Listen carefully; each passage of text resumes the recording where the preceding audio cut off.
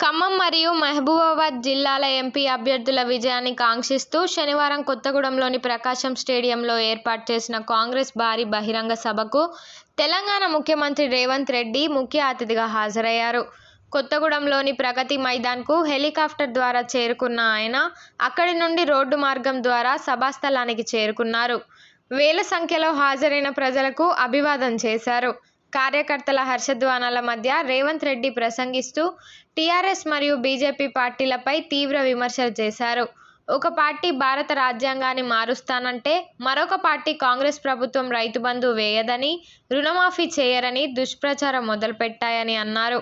భద్రాద్రి రాముడి సాక్షిగా ఆగస్టు 15 లోపు రుణమాఫీ చేసి తీరుస్తామని, అందుకు మామ అల్లుళ్లు సిద్ధంగా ఉండాలని ఛాలెంజ్ విసిరారు. రుణమాఫీ చేస్తే కేసీఆర్ ముక్కు నేలకు రాస్తాడా అని ప్రశ్నించారు. తెలంగాణ ప్రభుత్వాన్ని అప్పుల కూపిలోకి నెట్టిన చంద్రశేఖర్ రావు ఏ ముఖం పెట్టుకొని ప్రజల వద్దకు ఓట్లు అడగడానికి వెళుతున్నాడని ఎద్దేవా చేశారు.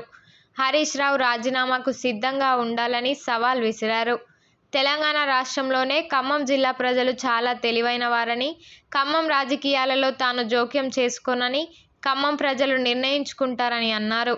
ఇంతవరకు జరిగింది సెమీఫైనల్ మాత్రమేనని, అసలు ఫైనల్ 13వ తారీఖున జరుగుతుందని, అందుకు ప్రతి ఒక్క కార్యకర్త సిద్ధంగా ఉండాలని, ఖమ్మం జిల్లా నుంచి అత్యధిక మెజారిటీతో రఘురాం రెడ్డిని, మహబూబాబాద్ జిల్లా నుంచి బలరాం నాయక్ని గెలిపించాలని విజ్ఞప్తి చేశారు.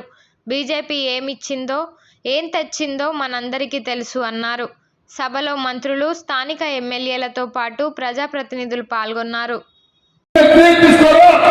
ఒక మనిషిని దుర్మార్గుడు, దుష్ట ఆలోచన ఉన్నవాడని అందరికంటే ముందు ఎట్లా పసిగట్టారో మిమ్మల్ని చూసి నేర్చుకోవాల్సిన అవసరం ఉన్నది.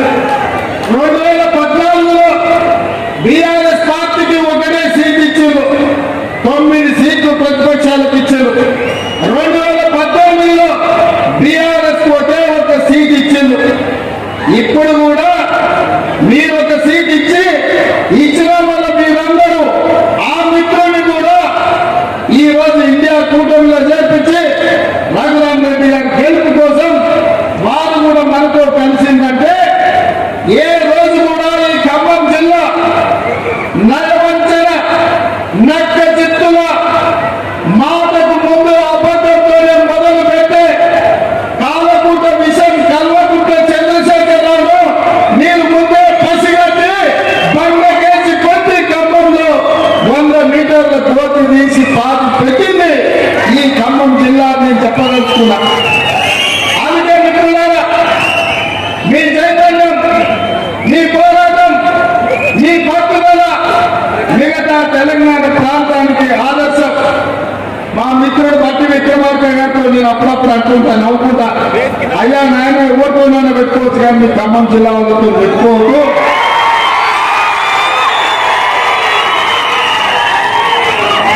ఎందుకంటే ఎంత దూరమైనా మీరు అనుకున్న దానికోసం కొట్లాడతారు. అందుకే నేను ఎప్పుడు కూడా ఖమ్మం జిల్లా రాజకీయాలలో ఎక్కువ తల దూచకుండా దగ్గరగా ఉన్నట్టే ఉండి దూరంగా ఉండి నమస్కారం పెట్టుకుంటా.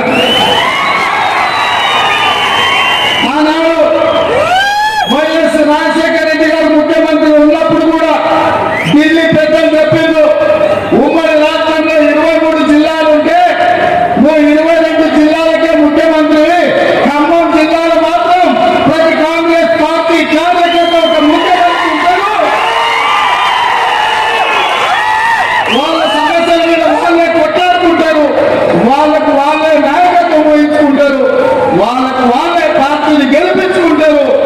మనం వాళ్ళకు సహకరించాలి తప్ప మనం వాళ్ళ విషయంలో ఎక్కువ కలుగజేసుకోవద్దని ఆనాడు వైఎస్ రాజశేఖర రెడ్డి గారికి చెప్పింది ఈనాటికి నాకు గుర్తుంది. ఎందుకంటే నేను ఒకసారి కాంగ్రెస్ లో చేరిన తర్వాత ఢిల్లీలో పెద్దల్ని అహ్మద్ పటేల్ గారిని కలవడానికి వెళ్ళినప్పుడు నాకు ఈ విషయాన్ని గుర్తు చేసింది. అందుకే మిత్రులారా, ఈ ఖమ్మం జిల్లా చైతన్యవంతమైన జిల్లా.